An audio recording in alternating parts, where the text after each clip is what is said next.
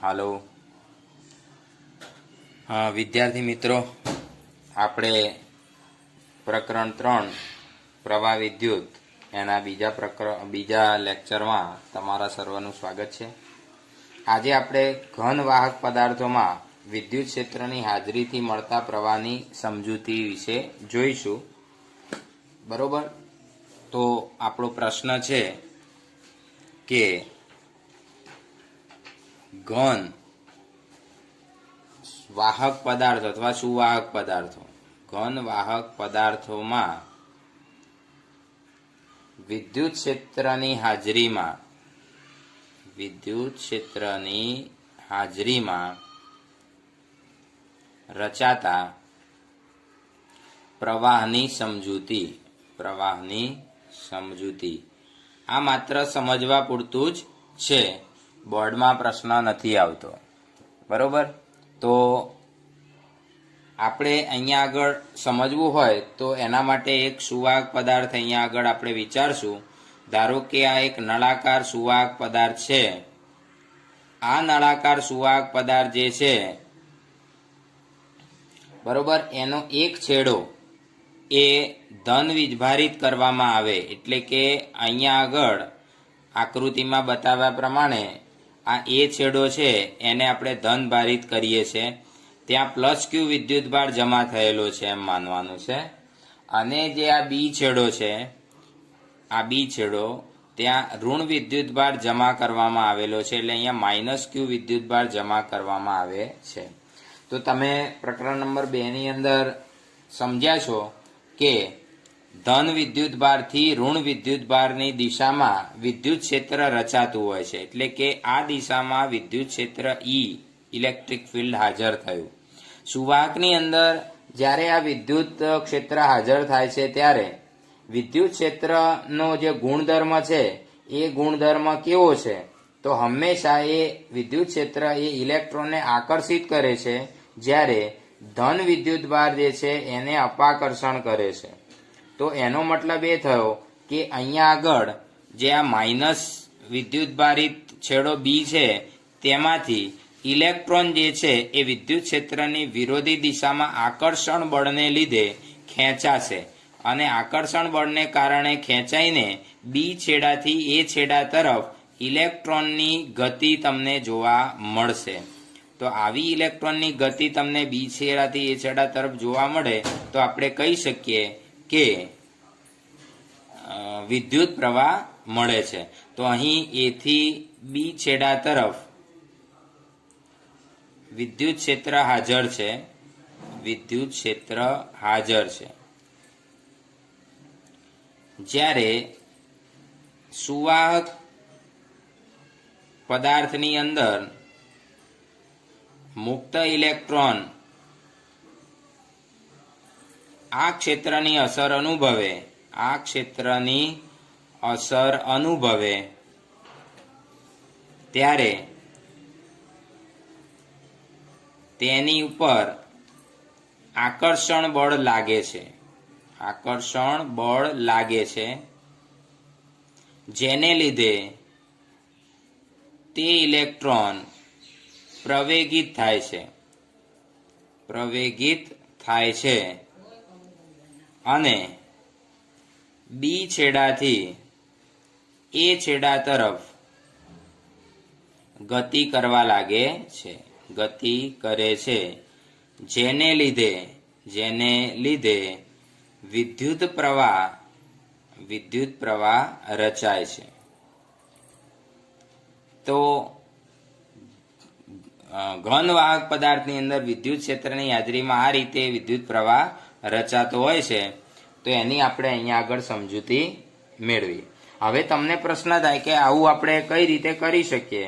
તો આપણે અહીં સુવાહક બતાવ્યો છે જેનો એ છેડો ને બી છેડો, તો આ બંને છેડાને વિરોધી વીજભાર વાળા બે ટર્મિનલ સાથે જોડવો પડે. એનો મતલબ કે બેટરી અથવા વિદ્યુત કોષ એની સાથે જોડવો પડે. બરોબર, તો કોઈ પણ વાહકના બે છેડાને બેટરીના બે છેડા ધન અને ઋણ જેના સ્થિતિમાન હોય એની સાથે જોડવામાં આવે તો આપણને વિદ્યુત પ્રવાહ રચાતો હોય એવું જોવા મળે એનું કારણ વિદ્યુત ક્ષેત્રની હાજરી પણ ગણી શકાય. હવે આપણે નવો મુદ્દો જોઈશું, બરોબર છે, એ છે ઓહમનો નિયમ. હવે ઓહમનો નિયમ જે છે એ આપણે ભણવો છે, પણ ઓહમનો નિયમ જે છે એ શેના માટે છે? તો તમે બધા ધોરણ 10 ની અંદર ભણ્યા છો. અવરોધ નામની એક રાશિ છે જેને અંગ્રેજીમાં રેઝિસ્ટન્સ કહેવામાં આવે છે, અવરોધ. તો આ અવરોધ જે છે એ અવરોધ એને સંજ્ઞાત્મક રીતે આપણે જોઈએ તો એની સંજ્ઞા આર છે, રેઝિસ્ટન્સ આર. તો આ અવરોધ એ ઓહમ નામના વૈજ્ઞાનિકે સૌ પ્રથમ શોધી કાઢ્યો છે. માટે અવરોધ માટે ઓહમનો નિયમ જ વધારે પ્રમાણભૂત અને માન્ય રાખેલો છે. હવે ઓહમનો નિયમ કેવો છે તમે બધા જ જાણો છો, બરોબર, કે નિશ્ચિત ભૌતિક પરિસ્થિતિમાં રાખેલા વાહક પદાર્થમાંથી વિદ્યુત પ્રવાહ પસાર કરવામાં આવે ત્યારે, બરોબર, નિશ્ચિત ભૌતિક પરિસ્થિતિમાં, આ શબ્દ પર ભાર આપવાનો છે. કેમ? કારણ કે પરિસ્થિતિ બદલાઈ જાય ત્યારે, એટલે કે તાપમાનમાં બદલાવ થાય તો આમાં ફરક પડી જાય છે. એટલે કે નિશ્ચિત ભૌતિક પરિસ્થિતિમાં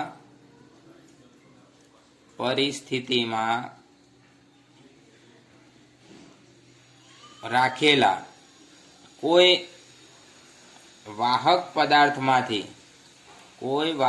પદાર્થમાંથી વિદ્યુત પ્રવાહ વહેતો હોય ત્યારે, વિદ્યુત પ્રવાહ પસાર થતો હોય ત્યારે, વિદ્યુત પ્રવાહ જ્યારે પસાર થતો હોય ત્યારે તેના એટલે કે વાહકના બે છેડા વચ્ચે નો વિદ્યુત સ્થિતિમાનનો તફાવત, જેને આપણે કહીએ છીએ V, વોલ્ટેજ, અને તેમાંથી વહેતો પ્રવાહ I સમપ્રમાણમાં હોય છે.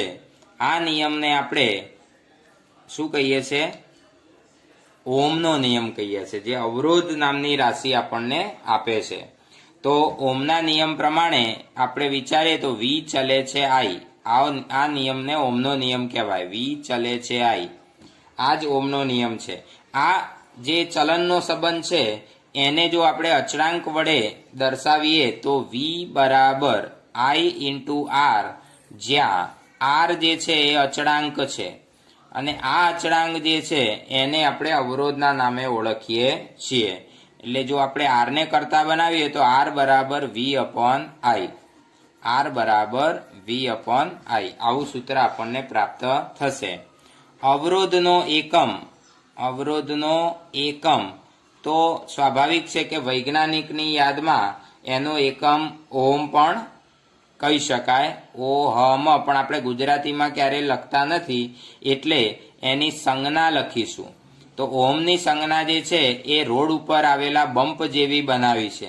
એનું કારણ વિચારીએ કે જો આપણે કોઈ સરસ મજાનો હાઈવે હોય, બરોબર, એકદમ ન્યૂ બ્રાન્ડ રોડ બન્યો હોય અને એની ઉપર કોઈ વાહનની ગતિ કરાવીએ તો સ્વાભાવિક રીતે આપણે ઝડપથી ગતિ કરીશું અને આપણું બળતણ છે એ પણ, એટલે કે પેટ્રોલ કે ગેસ ઓછો બળશે અને આપણે ઝડપથી આપણા સ્થાને પહોંચી જઈશું. પરંતુ જો રસ્તામાં ખાડા ટેકરા હોય અથવા તો રસ્તામાં સ્પીડ બ્રેકર એટલે બમ્પ કહીએ છીએ આપણે, એ બનાવેલા હોય તો આપણે આપણી સ્પીડને ધીમી કરવી પડે. એનો મતલબ કે આપણી ગતિમાં થોડો સમય વધી જાય. તો અહીંયા આગળ પણ એવું જ થાય છે કે જે ઇલેક્ટ્રોનની ગતિ થતી હોય છે એ ઇલેક્ટ્રોન જ્યારે વાહકમાંથી પસાર થાય છે ત્યારે આ વાહકની અંદર રહેલા પરમાણુઓ અને તેમાં રહેલા એની ફરતે આવેલા ઇલેક્ટ્રોન સાથેની એની આંતરક્રિયાઓ શરૂ થઈ જાય છે. ગતિ કરતા ઇલેક્ટ્રોનને સુવાહકમાં રહેલા પરમાણુ અને ઇલેક્ટ્રોન સાથે આંતરક્રિયા કરવી પડે છે. એનો મતલબ કે અથડામણો થાય. તો ગતિ કરતો ઇલેક્ટ્રોન જેટલી વધુ અથડામણો કરશે એટલી એની ઉર્જા ઓછી થતી જશે અને એને એક છેડાથી બીજે છેડે સુધી પહોંચવા માટે વધુ સમય પણ લાગશે અને વધુ ઉર્જા ખર્ચ કરવી પડશે. તો આ રીતે અવરોધ એ એક પ્રકારનું ડિસ્ટર્બન્સ કહેવાય. ઇલેક્ટ્રોનના વહનને પડતી મુશ્કેલી, નડતો ડિસ્ટર્બન્સ પણ કહી શકાય. તો આ રીતે ઓહમનો નિયમ આપણને એક અવરોધ નામની રાશિ આપે છે. અવરોધનો અન્ય એકમ પણ છે. અવરોધનો અન્ય એકમ, બીજો એકમ શું હોઈ શકે? તો આ સૂત્ર પરથી તમે વિચાર કરી શકો છો. આ સૂત્ર પરથી તો V/I એટલે ઉપર વિદ્યુત સ્થિતિમાનનો એકમ વોલ્ટ અને નીચે પ્રવાહનો એકમ એમ્પિયર, તો એને વોલ્ટ પ્રતિ એમ્પિયર પણ કહી શકાય. શું કહી શકાય? વોલ્ટ પ્રતિ એમ્પિયર એટલે VA-1 આવી રીતે પણ લખી શકાય.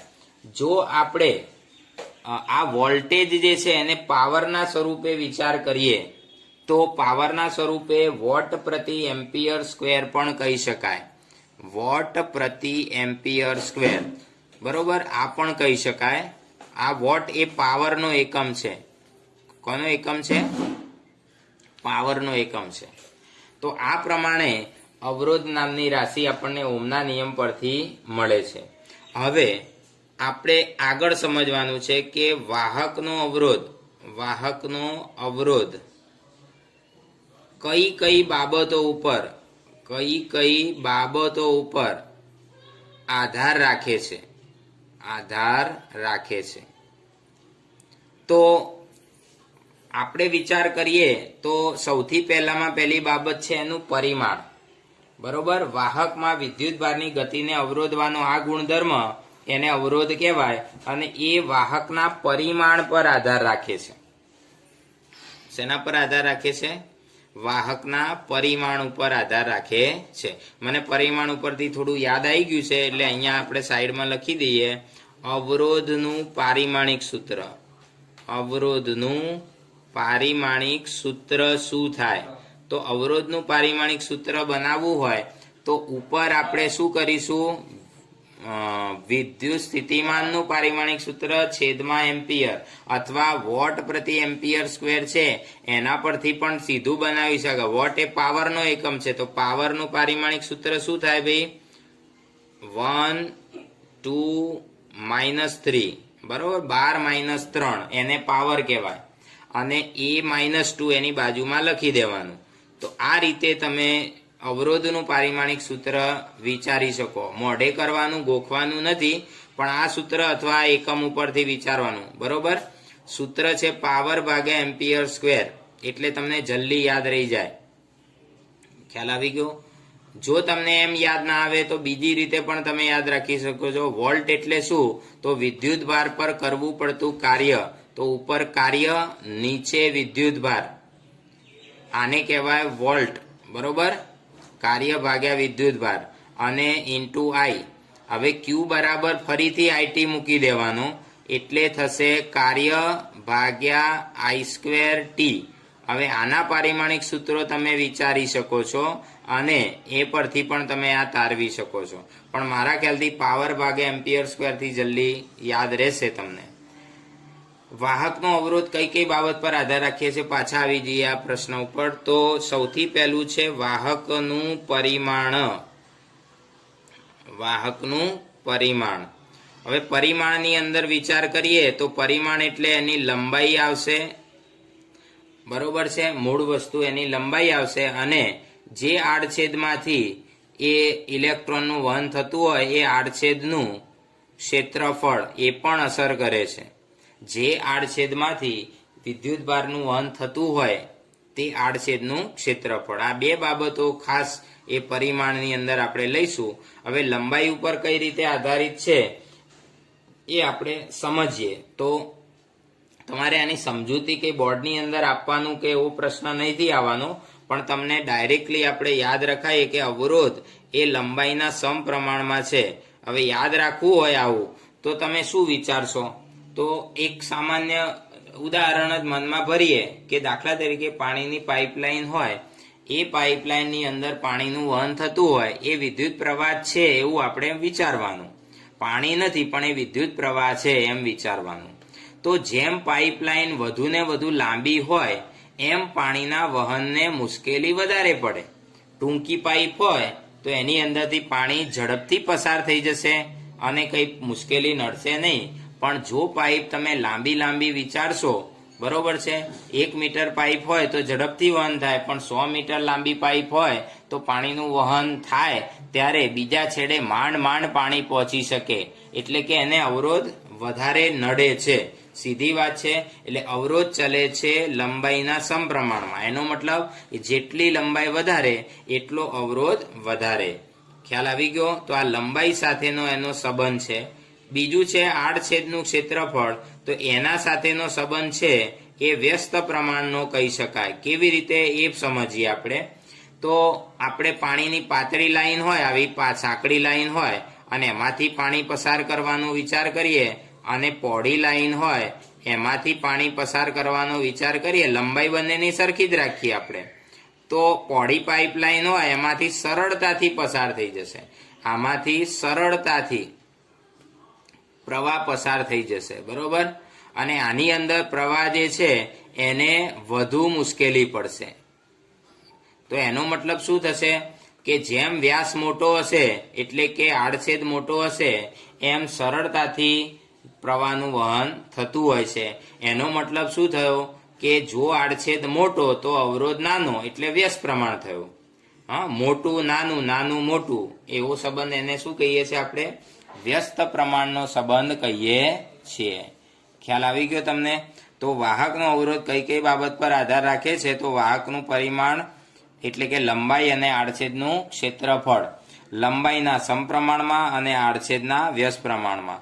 તો આ બંને બાબતોને આપણે જો ભેગી કરી દઈએ, આ બંને બાબતોને આપણે ભેગી કરીએ તો આ રીતે કહી શકાય, આર ચલે છે L/A. જો આ ઓહમનો નિયમ નથી, આ પરિમાણ સાથેનો સંબંધ કહેવાય. ઓહમનો નિયમ V અને I સાથેનો સંબંધ કહેવાય. એક આ સૂત્ર તો આવડવું જ જોઈશે તમને. આ બીજું સૂત્ર થયું, આર ચલે છે L/A. હવે આ ચલનનો સંબંધ આપણે દૂર કરવો હોય તો અહીંયા પણ એક અચળાંક મૂકવામાં આવે છે જેને રો કહેવામાં આવે છે. શું કહેવાય? Row, L/A. બરોબર. તો અહીંયા આગળ રો જે છે, રો એ અચળાંક છે અને આ અચળાંક દ્રવ્યની જાત બતાવે છે. દ્રવ્યની જાતનો ગુણધર્મ બતાવે છે. હવે દ્રવ્યની જાત એટલે શું? દ્રવ્યની જાત એટલે શું? તો તાંબાનો તાર હોય તો તાંબુ એ દ્રવ્ય કહેવાય. સોનાનો તાર હોય તો સોનું એ દ્રવ્ય કહેવાય. લોખંડ એ દ્રવ્ય કહેવાય. એટલે તાર તમારો જેનો બનાયેલો હોય એ દ્રવ્ય, અને એનો ગુણધર્મ એ તો હંમેશા અચળ જ રહે. કેમ? તો તમે વિચાર કરો કે 4 દાણા ખાંડ મોઢામાં મૂકો તો એ પણ ગળી જ લાગે, અને 1 ચમચી ખાંડ મોઢામાં મૂકો તો એ ગળી જ લાગે. સ્વાભાવિક છે ને? એનો ગુણધર્મ છે ગળપણનો, એ બદલાતો નથી. એવું તો ના બને કે 4 દાણા તમે ખાંડના મોઢામાં મૂકો તો ખાટા લાગે અને 1 ચમચી નાખો તો જ ગળ્યા લાગે. એવું થતું નથી. કેમ? કારણ કે દ્રવ્ય છે એ એનો મૂળભૂત ગુણધર્મ ક્યારેય બદલતું નથી. એની માત્રા ભલે વધુ ઓછી હોય. ખ્યાલ આવી ગયો? તો દ્રવ્યની જાતનો ગુણધર્મ એ આ અચળાંક છે જેને આપણે નામ આપીએ છીએ અવરોધકતા. જે અવરોધ ઉત્પન્ન કરવા માટે જવાબદાર છે એવો ગુણધર્મ, એને અવરોધકતા કહેવામાં આવે છે. તો આમ જોઈએ તો અવરોધનું આ બીજું એક ફોર્મ્યુલા અને બીજું સૂત્ર બન્યું છે જે તમારે યાદ રાખવાનું, જેને પરિમાણ સાથે સીધો સંબંધ છે. ખ્યાલ આવ્યો? તો પહેલું સૂત્ર ઓહમના નિયમ સાથે સંબંધિત છે અને બીજું સૂત્ર આ ચલાવ્યું જે પરિમાણ સાથે સંબંધિત કહેવાય. બરોબર. તો R બરાબર ρL/A. રો એ અવરોધકતા તરીકે ઓળખાય છે. હવે તમને એમ પૂછવામાં આવે છે, તમારે આ પ્રકારે MCQ ની દ્રષ્ટિકોણથી યાદ રાખવાનું છે કે અવરોધ R એ L અને A ઉપર આધારિત છે. એનો મતલબ શું થયો કે લંબાઈ અને આડછેદ બદલાય તો અવરોધ બદલાય છે, પરંતુ રો એ L અને A ઉપર આધારિત નથી. A ઉપર આધારિત નથી. એનો મતલબ શું થયો? જુઓ, સમજો, બરોબર સમજો. આમાં બધા ફસાઈ જતા હોય છે. અવરોધ એ લંબાઈ અને આડછેદ પર આધારિત હોય છે, પરંતુ અવરોધકતા એ લંબાઈ અને આડછેદ પર આધારિત નથી. સમજી ગયા કેમ? કારણ કે અવરોધકતા એ ગુણધર્મ છે. તમે તાંબાનો નાનો ટુકડો લો, મેં તમને ઉદાહરણ આપ્યું કે ખાંડના 4 દાણા હોય કે 1 ચમચી ખાંડ હોય, એનું ગળપણ છે એ ગુણધર્મ બદલાતો નથી. ખ્યાલ આવી ગયો? પરંતુ અહીંયા આગળ અવરોધ નામની રાશિ છે એ બદલાશે, એટલે કે અવરોધકતા નહીં બદલાય પણ અવરોધ બદલાશે. હવે તમને આવો MCQ પૂછાશે, બરોબર, કે એક વાહકનો અવરોધ 10 ઓહ્મ છે, તેની લંબાઈ બમણી કરવામાં આવે, બમણી કરતા અવરોધ કેટલો થશે? અવરોધ બરાબર ખાલી જગ્યા. હવે આ જે છે એ 2 દ્રષ્ટિકોણથી તમારે વિચારવાનું છે. આ લંબાઈ બમણી કરવા માટે તમે શું કરો છો? તો બીજો અવરોધ એની સાથે જોડો છો કે પછી એ જ અવરોધને ખેંચીને? તો અહીંયા આગળ તમને સ્પષ્ટતા આપેલી જ હશે કે એક વાહકનો અવરોધ 10 ઓહ્મ છે, તેની લંબાઈ બમણી કરતા અવરોધ, એટલે કે તેના જેવો બીજો તાર જોડીને આપણે આ રીતે વિચારીએ, તેના જેવો બીજો તાર જોડીને, મતલબ કે એટલી જ લંબાઈનો બીજો તાર એમાં જોડી દઈએ. તો અહીંયા આગળ એક તાર તો છે જ આ રીતે, જેનો અવરોધ 10 ઓહ્મ છે, બીજો તાર એને જોડી દેવાનો જેનો અવરોધ 10 ઓહ્મ જ હશે. તો લંબાઈ ડબલ થઈ ગઈ, તો અવરોધ પણ કેવો થઈ જશે? સમપ્રમાણ, એટલે ડબલ થઈ જશે. તો એના જેવો બીજો તાર જોડી દઈએ તો અહીંયા આગળ અવરોધ આર ચલે છે એલ પરથી શું થઈ જશે? ડબલ થઈ જશે. અવરોધ પણ બમણો થઈ જશે. ખ્યાલ આવ્યો? એટલે 10 ની બદલે તમારો જવાબ આવશે 20 ઓહ્મ. પરંતુ બીજો એક ઓપ્શન છે, આ તમે ખાસ સમજજો, આ સમજવાની બહુ જરૂર છે કે વાહકનો અવરોધ 10 ઓહ્મ છે. કેટલો છે? 10 ઓહ્મ છે. તેને ખેંચીને, જો આ ખાસ સમજવાનું, તેને ખેંચીને લંબાઈ બમણી કરવામાં આવે છે. નવો અવરોધ કેટલો થશે? ચાલો, તો અહીંયા તમને સ્પષ્ટતાથી લખેલું છે ખેંચીને લંબાઈ બમણી કરવાની છે. તો જ્યારે આપણે કોઈ તારને ખેંચીને એની લંબાઈ બમણી કરીએ છીએ, ધ્યાનથી સમજજો. તો આ સમજવાનું છે, તારને ખેંચીને લંબાઈ બમણી કરવામાં આવે, બમણી કરતા તેનું કદ જે છે એ બદલાતું નથી, કદ અચળ રહે છે. જ્યારે ખેંચીને લંબાઈ બમણી કરીએ ત્યારે કદ અચળ રહે છે. એટલે આપણું જે ફોર્મ્યુલા છે આર ચલે છે L/A, તો આની અંદર કદ અચળ રહે છે અને ક્ષેત્રફળ બદલાય છે. બરોબર? એટલે આ જે ફોર્મ્યુલા છે એ આપણે ના વાપરી શકીએ. બરોબર? આ ફોર્મ્યુલા વાપરી શકાય નહીં, ન વપરાય. કેમ? તો એનું કારણ એ છે કે લંબાઈ પણ બદલાય છે અને આડછેદ પણ બદલાય, બંને વસ્તુ બદલાય તો આ સંબંધ આપણે વાપરી ન શકીએ. ખ્યાલ આવે છે? હવે કેવી રીતે થાય સમજો. કે દાખલા તરીકે મારી પાસે આવો તાર છે, આ તાર છે જેની લંબાઈ 5 સેન્ટીમીટર છે. સમજવા માટે આ 5 સેન્ટીમીટર, હું એને ખેંચું છું. જ્યારે હું એ તારને ખેંચીશ ત્યારે શું થશે તમે જોઈ શકો છો. કદ અચળ રહે છે, એટલે કે એની અંદર રહેલું જે દ્રવ્ય છે તાંબુ, એનો જથ્થો અચળ જ રહેશે. આ તારને તમે ત્રાજવામાં મૂકીને તોલો તો આનું જે દળ છે એ દળ 2 ગ્રામ જ છે, અને આ તાર જે તોલો તો એનું એ દળ 2 ગ્રામ જ છે. એનો મતલબ શું થયો કે કદ અચળ છે. પરંતુ તમે જોઈ શકો છો કે અહીંયા લંબાઈ જે છે 5 ની બદલે 10 સેન્ટીમીટર થઈ ગઈ, લંબાઈ બમણી થઈ ગઈ ને. પણ તમે જોશો તો આડછેદ સાંકડો થઈ ગયો. જોઈ લો, આ જાડાઈ મોટી છે અને આ જાડાઈ ઓછી છે. તો આવી ઘટના થાય છે. ખબર પડી?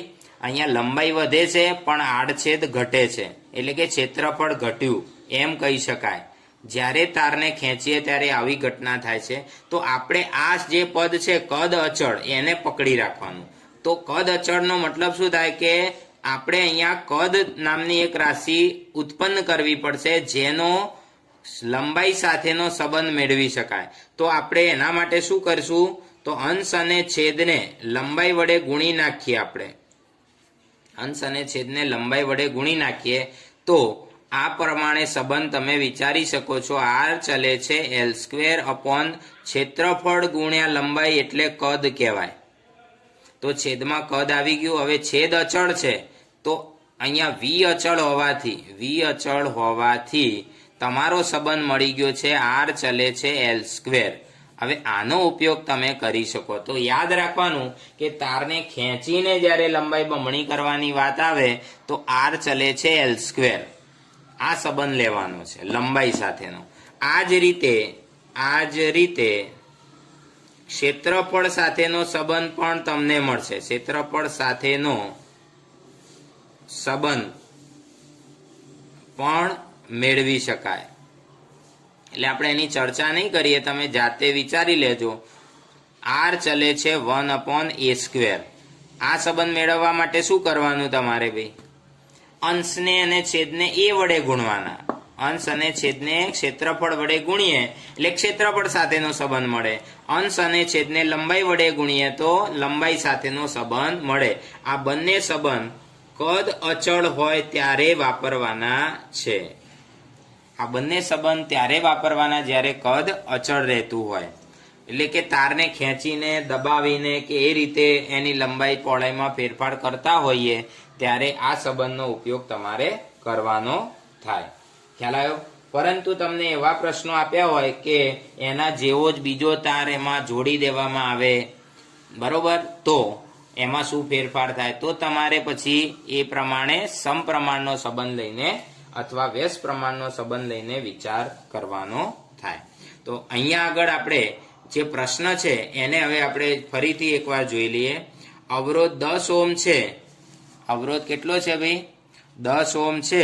ખેંચીને લંબાઈ બમણી કરતા નવો અવરોધ કેટલો થાય? તો ખેંચીને લંબાઈ બમણી કરીએ તો અહીંયા આગળ આપણે અહીં વિચાર કરીએ તો અવરોધ R બરાબર 10 ઓહ્મ, ત્યારે લંબાઈ ધારી લેવાની. ધારો કે સરળતા માટે MCQ હોય ત્યારે તો તમે ગમે તે ધારી શકો છો. લંબાઈ 1 મીટર પણ લઈ શકાય, ધારવાની જ છે. આ તો છે નહીં, આપણે ગમે તે ધારી શકીએ. તો અવરોધ 10 હોય ત્યારે લંબાઈ 1 મીટર છે. હા, બરોબર. હવે ખેંચીને લંબાઈ બમણી કરવામાં આવે. લંબાઈ બમણી કરતા નવી લંબાઈ L' બરાબર 2 મીટર થશે. ખેંચીને લંબાઈ બમણી કરીએ તો R' બરાબર કેટલા? આવો પ્રશ્ન થયો. તો અહીંયા આગળ આપણે કયો સંબંધ રાખવાનો ભાઈ? R ચલે છે L² પરથી ગણવાનું. તો આના ઉપરથી તમને ફોર્મ્યુલા જાણો છો, આ સંબંધ જાણો છો, તો સૂત્ર આવી રીતે બને. જે શોધવાનું હોય અંશમાં લખવાનું R' છેદમાં R. ડાબી બાજુમાં અવરોધ એટલે અંશ અને છેદ બંનેમાં અવરોધ લખવાના, પણ ઉપર નવો અવરોધ, છેદમાં જૂનો અવરોધ. એ જ રીતે સમપ્રમાણ છે એટલે અંશમાં L' અને છેદમાં L. પણ સંબંધમાં તમે જુઓ છો વર્ગ છે એટલે બંનેનો વર્ગ સંયુક્ત રીતે કરવાનો. હવે આમાં તમે કિંમત મૂકો તો R' ના છેદમાં R ની કિંમત કેટલી છે? 10 બરાબર L' ની કિંમત આપણે કેટલી ધારી છે? 2 અને છેદમાં 1 એનો વર્ગ. તો આ પ્રમાણે તમે વિચારશો તો R' છેદમાં 10 બરાબર 4, 2 નો વર્ગ 4, અને આના વડે ગુણી નાખો તો R' બરાબર 40 ઓહ્મ થશે. R' બરાબર કેટલો થશે? 40 ઓહ્મ. એટલે જે શરૂઆતનો અવરોધ હતો એના કરતા 4 ગણો થઈ જાય. સમજણ પડી? શરૂઆતનો અવરોધ 10 હતો તો એના કરતા 4 ગણો અવરોધ થયો. તો એનો મતલબ શું થયો કે લંબાઈ 2 ગણી તો અવરોધ 4 ગણો. તો આનું કન્ક્લુઝન તમે યાદ રાખજો, લંબાઈ 2 ગણી તો અવરોધ 4 ગણો એવું થાય. 2 નો વર્ગ કરવાનો છે, બીજું કંઈ કરવાનું નથી. 2 ગણો એનો વર્ગ કરો, વર્ગ કરતા 4 ગણો થઈ જાય. આવી રીતે સામાન્ય MCQ પૂછ્યો હોય કે એક અવરોધ જે છે અવરોધક તાર એને ખેંચીને એની લંબાઈ 3 ગણી કરવામાં આવે તો અવરોધ કેટલો થાય, કેટલા ગણો થાય? આવી રીતે તમને પ્રશ્ન પૂછ્યો હોય તો તમે શું જવાબ આપશો? તો દરેકને ખ્યાલ આવી જવો જોઈએ કે ખાલી વર્ગ જ કરવાનો છે. 3 ગણું હોય તો 3 નો વર્ગ 9 થશે, 4 ગણું હોય તો 4 નો વર્ગ 16 થશે. પણ ક્યારે? ખેંચીને. આ શબ્દ ભૂલવાનો નથી. તારને ખેંચીને લંબાઈ બમણી કરીએ, 3 ગણી કરીએ, એવી રીતે. એવી જ રીતે એક બીજો MCQ આપણે લઈ લઈએ કે એક આડછેદ છે, એક વાહક નો અવરોધ, એક વાહકનો અવરોધ 5 ઓહ્મ છે. એક વાહકનો અવરોધ કેટલો છે? 5 ઓહ્મ છે. તેને ખેંચીને આડછેદ,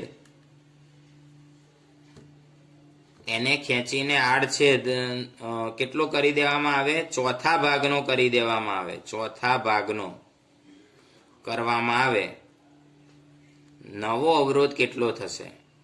નવો અવરોધ કેટલો થશે? તો આમાં તમારે શું વિચારવું પડે? ભાઈ આડછેદ સાથેનો સંબંધ વિચારવાનો. તો અહીંયા આગળ આપણે શું લખીશું બોલો તો? R બરાબર 5 ઓહ્મ. અને ધારી લેવાનું કે ભાઈ ધારો કે ક્ષેત્રફળ એરિયા બરાબર 1 મીટર સ્ક્વેર, એવું ધારી લઈએ આપણે. ધારવામાં તો આપણે સરળતા માટે ધારીએ છીએ, બરોબર. અને તમને શું કીધું છે? આડછેદ ચોથા ભાગનો કરવામાં આવે. જો નવો આડછેદ એ ડેશ, ચોથો ભાગ એટલે 1/4, ચોથો ભાગ એટલે 1/4 મીટર સ્ક્વેર કરવામાં આવે તો R ડેશ કેટલો થાય? તો અહીંયા આગળ સંબંધ છે R ચલે છે. સંબંધ કયો છે? R ચલે છે.